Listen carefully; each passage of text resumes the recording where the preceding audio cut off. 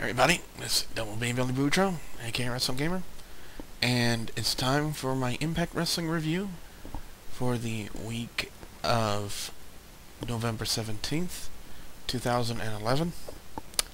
This is basically the fallout from the TNA Turning Point pay-per-view that I had over the past weekend, and the opening segment involved, James Storm, Bobby Roode, putting over the fact that, Beer Money is no more, that is dead, that Bobby Roode was the leader of Fortune, stuff like that. And I will say this about Bobby Roode, whether he's face or heel, man, he could just turn like that and be over on the crowd like that, whether he's a face or a heel. Then we have James Storm, who's going to come out, and Bobby Roode calls down security, and he's trying to get into his face. Then AJ Styles comes up from behind, starts beating up Bobby Roode. And then, lo and behold, Sting comes out and makes a main event for the next pay-per-view, which I believe is Final Resolution, if I'm not mistaken.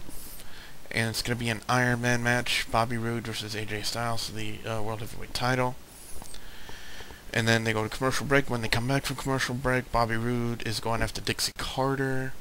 AJ Styles stops him. I really don't understand what was the point of that segment, to be honest with you. I mean, you already got the point over, the fact that, you got the main event match made for the next pay-per-view, so what was the purpose of going after Dixie Carter and have AJ Styles fall on top of her for trying to protect her? I really don't understand that part.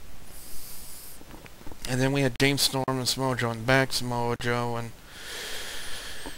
just being Samoa Joe, couldn't expect anything more or less, rather, from Samoa Joe. And then next, we have James Storm and Samoa Joe fighting.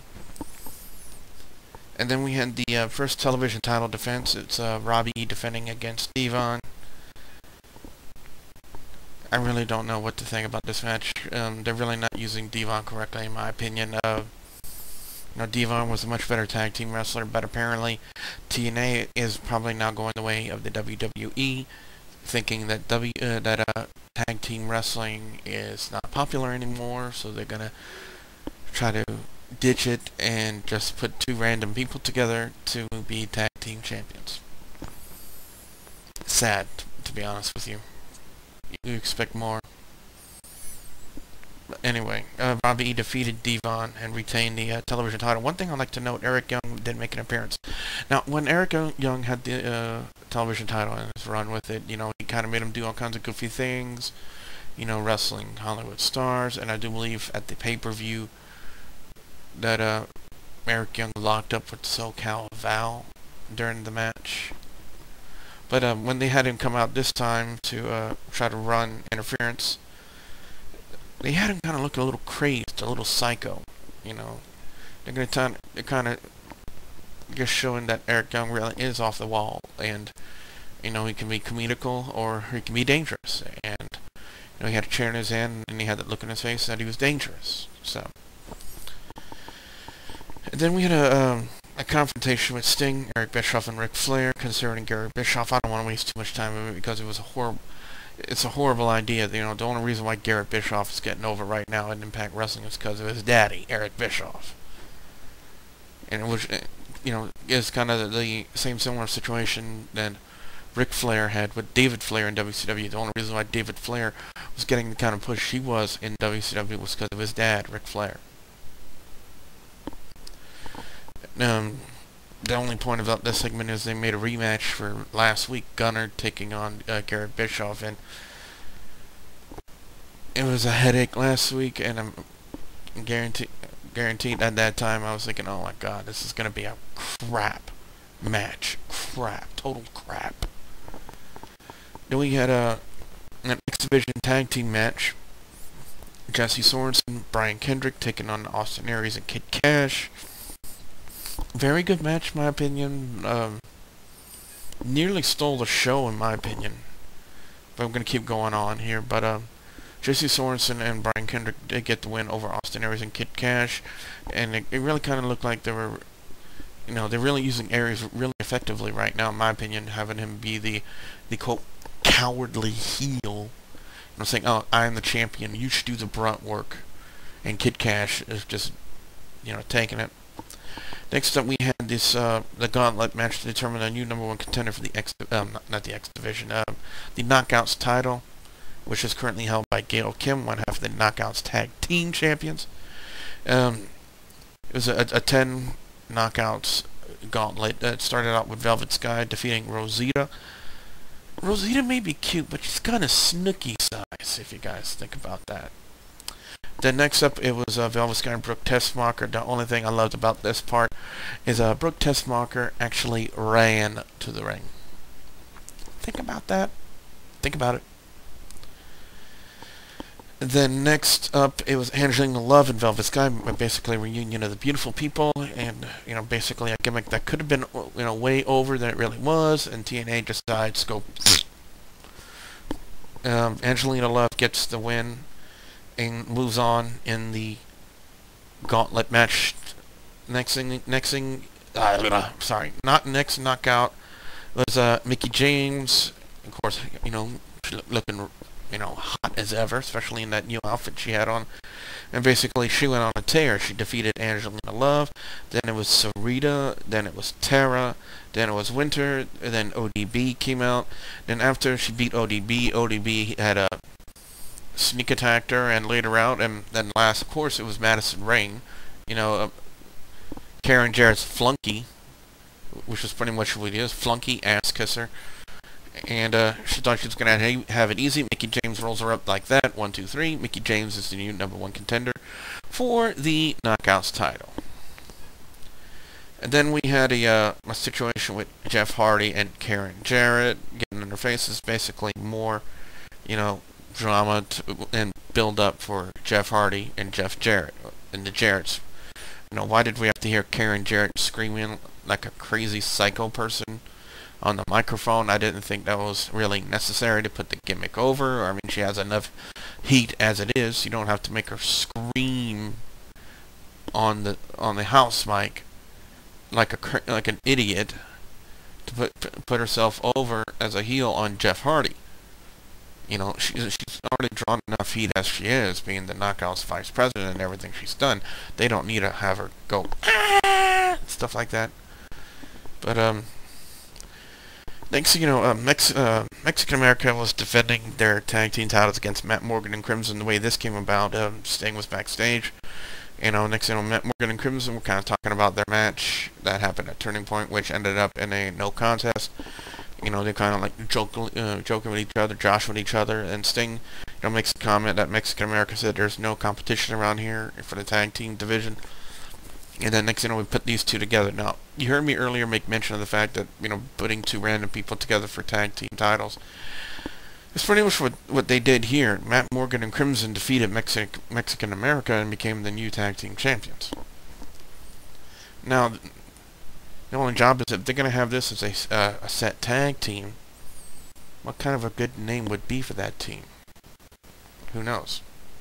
If you guys have any ideas, post your comments in the comment section below.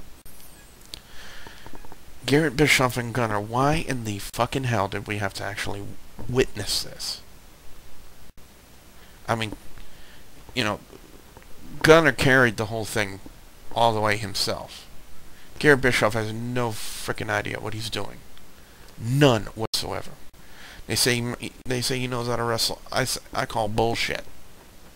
I call extreme bullshit on that.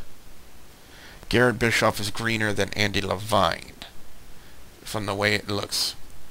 Because the way they ended the match, they had Garrett Bischoff execute what I consider to be one of the worst DDTs I have ever seen.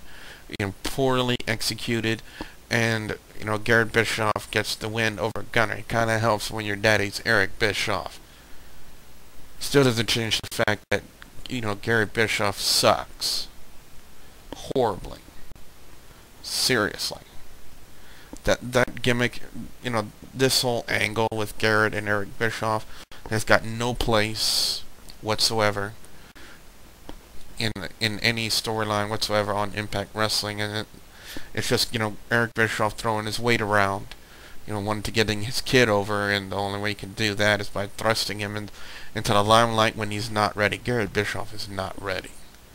Gary Bischoff has no mic skills, and from what I've seen so far the past 2 weeks, his in-ring skills need a lot of work. A lot of work. Then we had the revelation. James Storm all night long was trying to figure out, who's the guy who attacked him last week, which kind of cost him his rematch.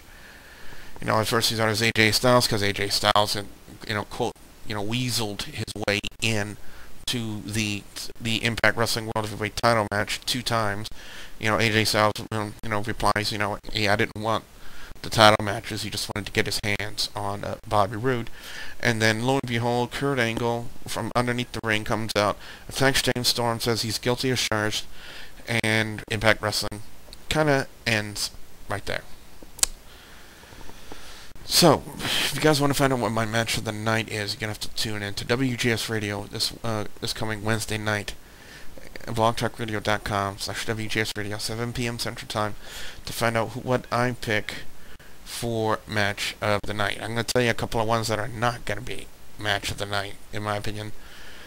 Garrett Bischoff and Gunner by far will not be a contender for match of the night, in my opinion.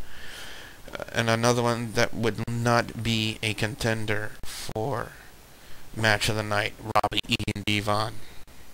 No. So, if you guys... I'll tell you what, I'm going to actually include you guys here now.